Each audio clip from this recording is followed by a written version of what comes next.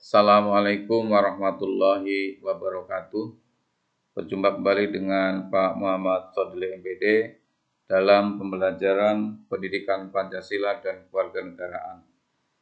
Kali ini kita masih melanjutkan materi kita tentang persatuan dan kesatuan bangsa pada masa Orde Baru, yaitu tanggal 11 Maret 1966 sampai dengan 21 Mei 1998 dan dilanjutkan dengan masa reformasi tanggal 21 Mei 1998 sampai dengan sekarang.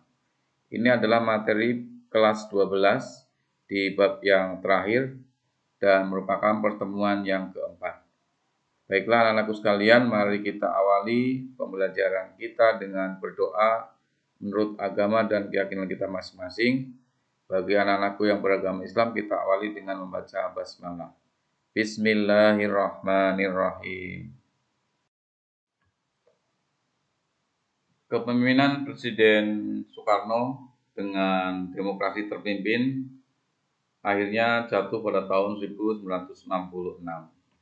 Jatuhnya Soekarno menandai berakhirnya masa Orde Lama dan digantikan oleh kekuatan baru yang dikenal dengan sebutan Orde Baru yang dipimpin oleh Jenderal Soeharto.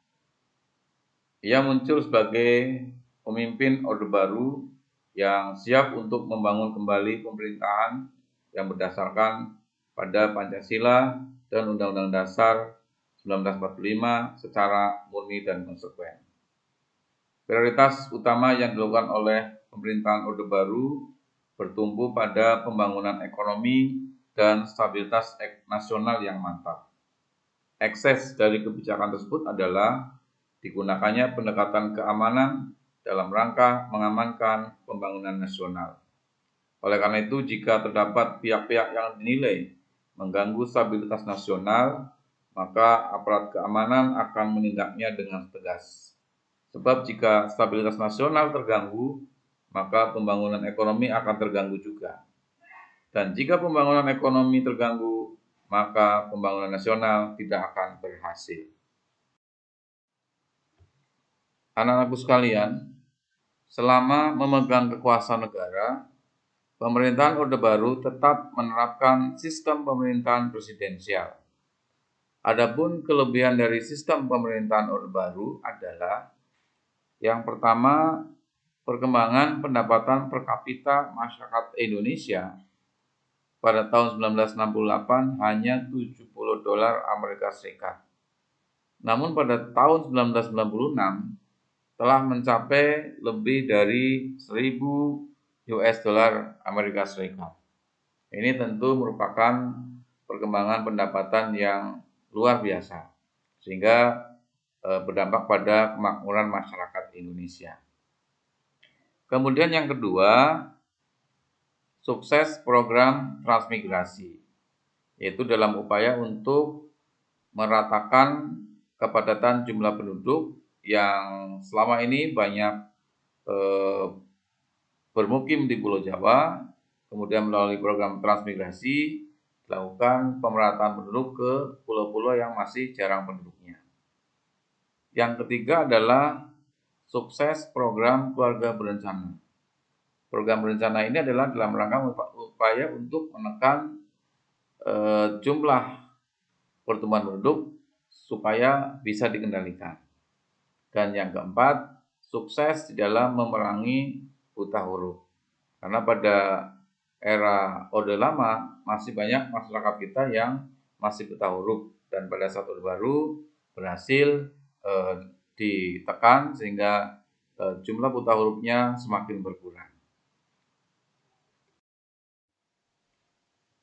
Anak-anakku sekalian, meskipun pemerintahan Orde Baru secara umum telah berhasil meningkatkan pendapatan masyarakat Indonesia, namun pada akhir perjalanan pemerintahannya, Orde Baru banyak melakukan penyimpangan terhadap Pancasila dan Undang-Undang Dasar 45. Beberapa penyimpangan konstitusional yang paling menonjol pada masa pemerintahan Orde Baru sekaligus menjadi kelemahan pemerintahan Orde Baru adalah yang pertama, bidang ekonomi. Penyelenggaraan ekonomi tidak didasarkan pada pasal 33 Undang-Undang Dasar 1945. Terjadinya praktek monopoli ekonomi. Pembangunan ekonomi bersifat sentralistik sehingga terjadi jurang pemisah antara pemerintah pusat dan pemerintah daerah.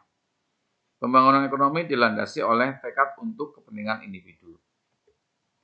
Yang kedua, bidang politik, bahwa kekuasaan berada di tangan lembaga eksekutif. Presiden sebagai pelaksana undang-undang, kedudukannya lebih dominan dibandingkan dengan lembaga legislatif.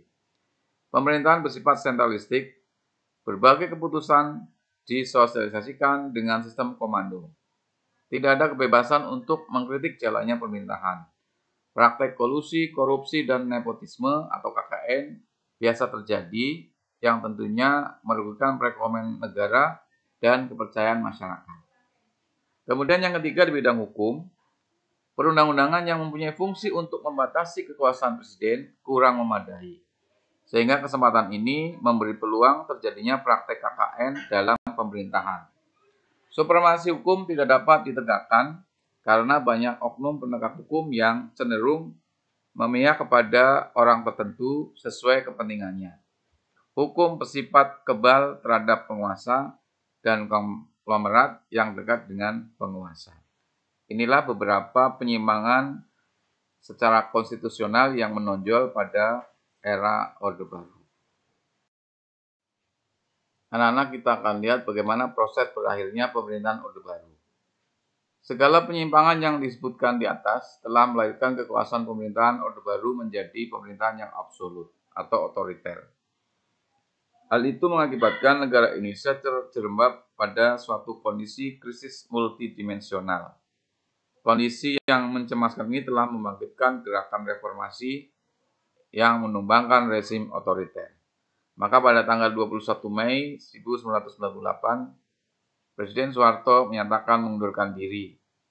Sebagai gantinya, B.J. Habibie yang ketika itu menjabat sebagai Wakil Presiden, dilantik sebagai Presiden Republik Indonesia yang ketiga. Masa jabatan Presiden B.J. Habibie berakhir setelah pertanggungjawabannya ditolak oleh Sidang Umum MPR pada tanggal 20 Oktober 1999.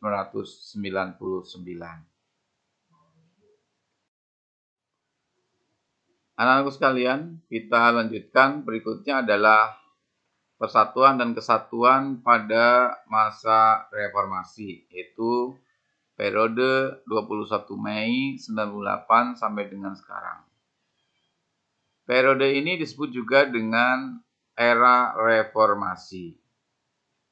Gejolak politik di era reformasi semakin mendorong usaha menegakkan kedaulatan rakyat dan tekad untuk mewujudkan pemerintahan yang bersih dari korupsi, kolusi, dan nepotisme yang menghancurkan kehidupan bangsa dan negara.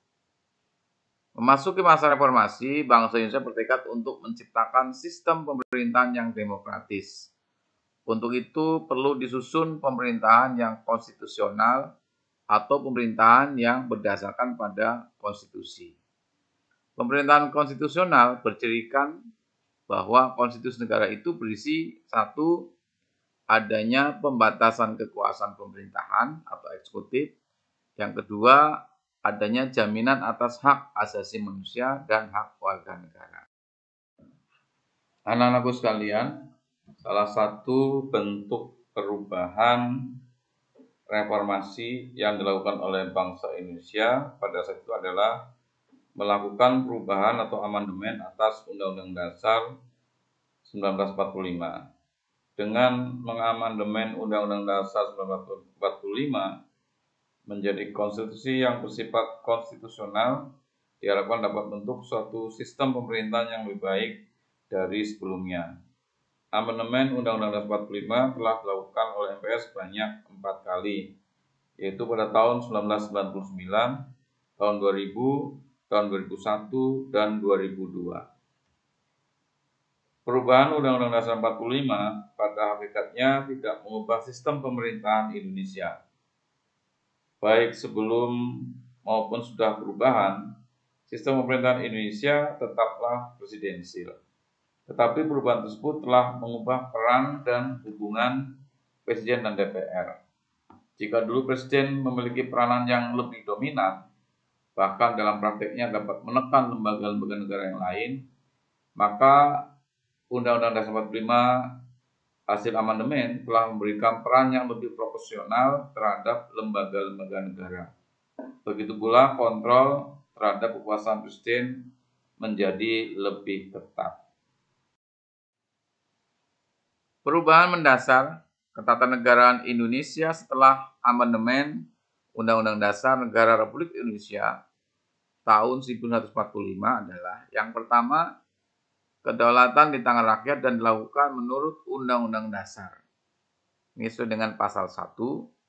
Kemudian yang kedua, MPR merupakan lembaga bikameral, yaitu terdiri dari DPR dan DPD, sesuai dengan pasal 2. Yang ketiga, presiden dan wakil presiden dipilih secara langsung oleh rakyat, yaitu pasal 6A. Kemudian yang keempat, presiden memegang jabatan selama 5 tahun dan dapat dipilih kembali untuk 1 kali masa jabatan. Pasal 7. Kemudian pencantuman hak asasi manusia terdapat pada pasal 28A sampai dengan 28C. Yang keenam, penghapusan Dewan Pertimbangan Agung sebagai lembaga tinggi negara. Kemudian yang 7, presiden bukan mandataris MPR. Kemudian yang ke-8, MPR tidak lagi menyusun garis-garis besar haluan negara atau GBHN. Yang ke-9, pembentukan Mahkamah Konstitusi dan Komisi Yudisial sesuai dengan pasal 24B dan pasal 24C. Yang ke-10, anggaran pendidikan minimal 20% dari APBN, pasal 31. Kemudian yang ke-11, negara kesatuan tidak boleh diubah, yaitu sesuai dengan pasal 37. Kemudian yang ke-12, penjelasan Undang-Undang Dasar 1945 dihapus. Demikianlah anak-anakku sekalian penjelasan singkat tentang dinamika persatuan kesatuan bangsa Indonesia di era Orde Baru dan Reformasi. Mudah-mudahan akan semakin menguatkan tekad kita untuk tetap menjaga persatuan dan kesatuan bangsa Indonesia, sehingga bangsa kita akan tetap kokoh bersatu menjadi negara yang maju, adil, dan makmur. Dan anak-anakku sekalian, jangan lupa tekan tombol subscribe pada video kali ini, sehingga kalian akan mendapatkan tayangan-tayangan video berikutnya dengan tema-tema yang berbeda. Terima kasih. Mari kita sama-sama tutup dengan baca hamdalah. Alhamdulillahirabbil alamin. Assalamualaikum warahmatullahi wabarakatuh.